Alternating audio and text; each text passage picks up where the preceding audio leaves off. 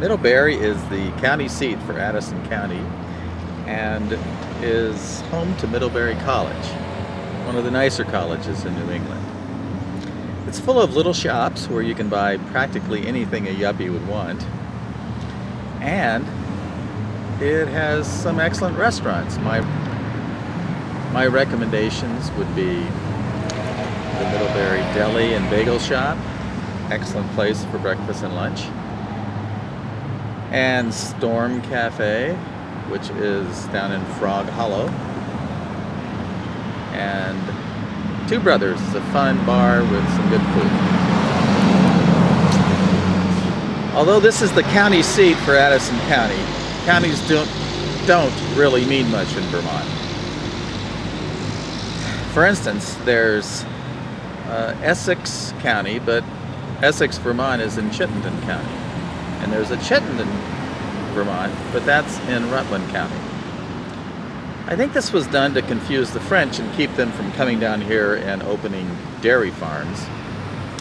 Or maybe it was done to keep the yuppies who come up from Connecticut and complain about the smell from the dairy farms confused. For whatever reason, just about anywhere you are in Vermont is going to be beautiful. And we're going to show you a few of the other towns in Addison County. This is New Haven, Vermont, with views of the Green Mountains in one direction and the Adirondacks in the other, which you cannot see over the Planet Aid clothes and shoes drop. However, there is a faux Norman church here, which you can see. There you go, there's the faux Norman church. I'll just pick up these designs from anywhere in New England. And there is an excellent general store. General stores are popular in Vermont.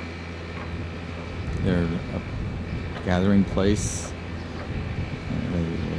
They have such services as weighing the deer you've shot. It's just a friendly down-home kind of place. We're in Vergennes, Vermont, which bills itself as America's smallest city. Get a little closer here. America's smallest city. Vergennes has been around since 1776, which is a good deal longer than a lot of cities have been around. So it may be the reason they don't want to be a village or a town. They would just rather be America's smallest city. Vergennes is a nice town. It's got some great shops, and well, good shops, and it has had a renewal of sorts. I would say a regentrification. Hard to pronounce, but they were never gentrified in the first place, so it's really a gentrification of Vermont. It's become quite the place to live and visit and eat. They have nice restaurants, and they also have this monument to the War of 1812. You don't see many of those. Of course, they were around a good deal longer than that, 1766. So they were a bustling little town, and the War of 1812 came along. Most towns and villages in Vermont, in fact, I think all of them, have a monument to the Civil War. They're so very proud of having beat the South. They just can't get over that thing, I guess. But they were good fighters. Of course, anybody in Vermont would be a good fighter because they hunt deer all the time. And they survived those brutal winters. There's not much Robert E. Lee could throw at them that they didn't already have going on in their home state. So, this is Vergennes. Well, this is the Ripton General Store, or Ripton Country Store. And Ripton is where Robert Frost lived his last year. This is about all there is to it. There's a bunch of houses and a nice little community center and things like that, but really not much in the way of retail. So if you're passing through Ripton, you might want to stop into the Ripton Country Store and ask them what they know about Robert Frost. I'm sure they'd love to hear from you. I'm sure they would love to hear from you. Place to shop in a one-block area than any other town in Vermont. I mean, they got everything. They got car parks. They got nice restaurants. They got a couple of good bars. There's Dan's down the street. There's the Bobcat. They got Italian food. Behind them, they got a supermarket and a drugstore. There's a saying in Bristol that if you can't find it here, you probably don't need it. And I think that's probably true. You don't need it. But if you need it, you can probably come to Bristol and find it.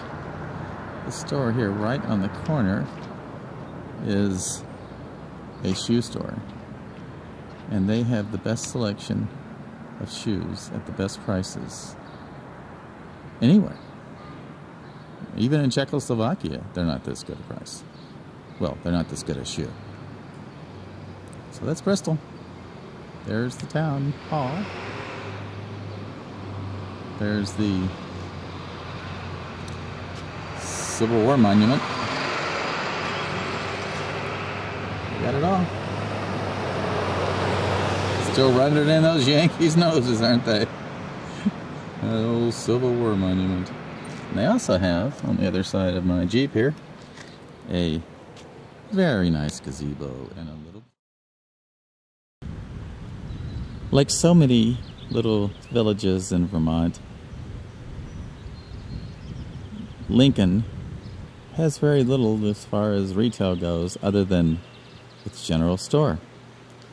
This is where the kind and humble people of Lincoln come to buy their groceries, get their licenses, their fishing licenses or their hunting licenses, and share with each other the news of the local area. There goes one of the kind and humble citizens of Lincoln as we speak. So, there's a beautiful river that flows up from Bristol to Lincoln, and actually it flows down from Lincoln to Bristol. The other way would be practically impossible unless you're in California trying to suck the water off your neighboring states. Anyway, this is the Lincoln General Store.